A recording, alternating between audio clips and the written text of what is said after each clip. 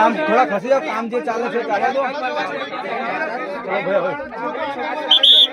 કામ થઈ જાવ અમે હિટાચી મશીન ચાલે તો ખાલી કામ બંધ ના થવા દો. કામ થોડા પાછળ થઈ જાવ. કામ ચાલવા દો. ટાઈમ પકડો, આપણો ટાઈમ પકડો.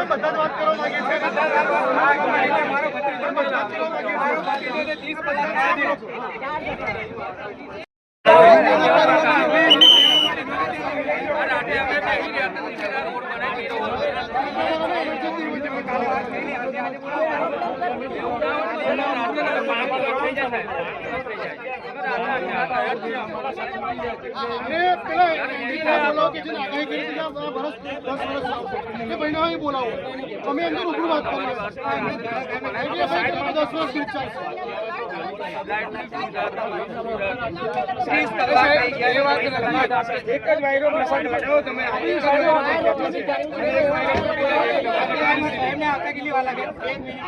વર્ષ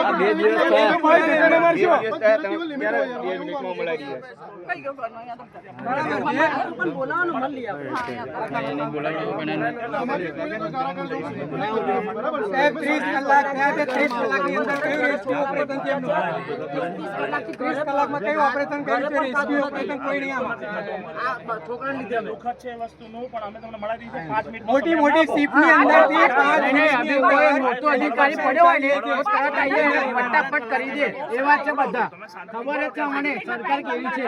ગરીબ માણસો કોઈ મારતા નથી, બસ ખાલી અમારે મારી ધક્કા દે છે. ધક્કા મારે મને ખબર છે સરકાર આની છે મોટી અધિકારી ધક્કા મારી દીધી તો તરત એરોપ્લેન બોલાવ્યા બધા એ વાત છે અમને ખબર છે સાહેબ. હું સાથી કાલના સાથી મારી ઘરે અમે હું કેવું ઘરે બધા રાત જોડે છે. 30 કલાક થયા. થોડી વાર શાંતિ રાખો, બોલાવી લઈએ છીએ આપણે.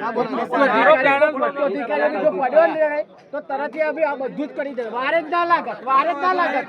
2 મિનિટ ની અંદર પાણી પડ્યો 24 કલાકની અંદર બધું સાફ થઈ જાય.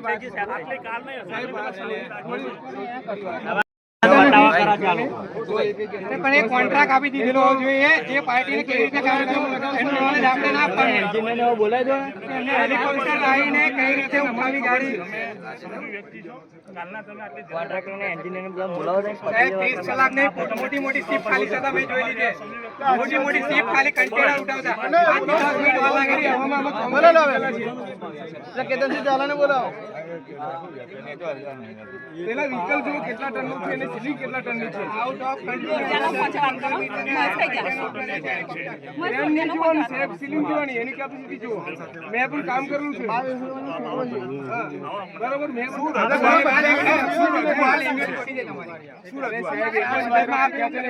વારંવાર તૂટી જાય છે. એના 2 વાયરો લગાવાય ને એની કેપેસિટી જોવાની ને મેન્ટેન કરવાની કેપેસિટી કે ભાઈ આ ટનની સીલિંગ છે આટલા ટનનું વજન છે.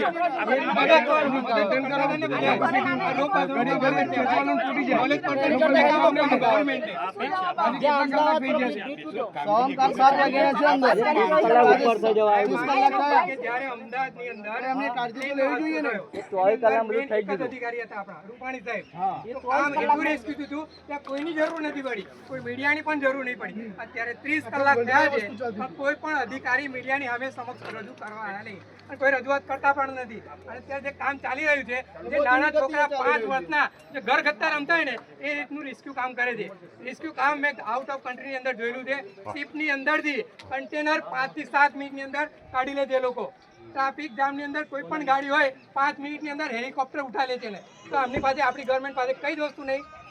30 કલાક પૂરા થવા આવ્યા છે આજની તારીખની મેં જોયું છે. એક વસ્તુ એમની પાસે નહીં કે જે ઓપરેશન કરી શકે છે.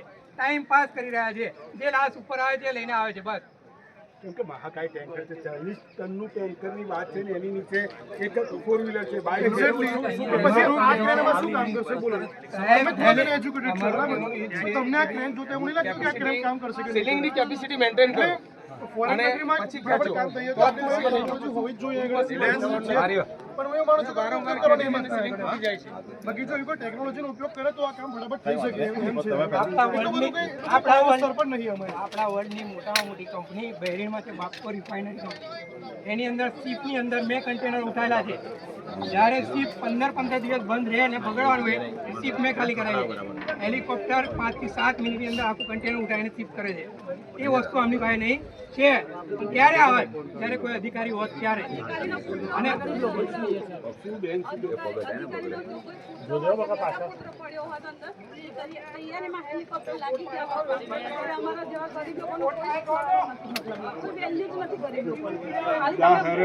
હાલમાં જે અમદાવાદમાં અત્યારે કોઈ અધિકારી અહીંયા 2 મિનિટમાં આવવા રાજી નહીં. રૂપાણી જેમાં હતા તેનું ઉદાહરણ આપી રહ્યા છે. દેશમાં કઈ રીતે કામગીરી ચાલે છે તેવું પણ એક ભાઈ કહી રહ્યા છે. તેમના પરિચય અંદર છે, તેમણે કામ કરેલું છે. અહીંયા જે મહાકાય એક ટેન્કર છે, 30 કલાકની અંદર આ લોકોએ ગઈકાલની વાત કરું 8 થી 9 સવારના 9 લગીને લોકોએ રેસ્ટ કર્યો છે. કોઈ કામ કર્યું નથી. એ મારી નજર સામે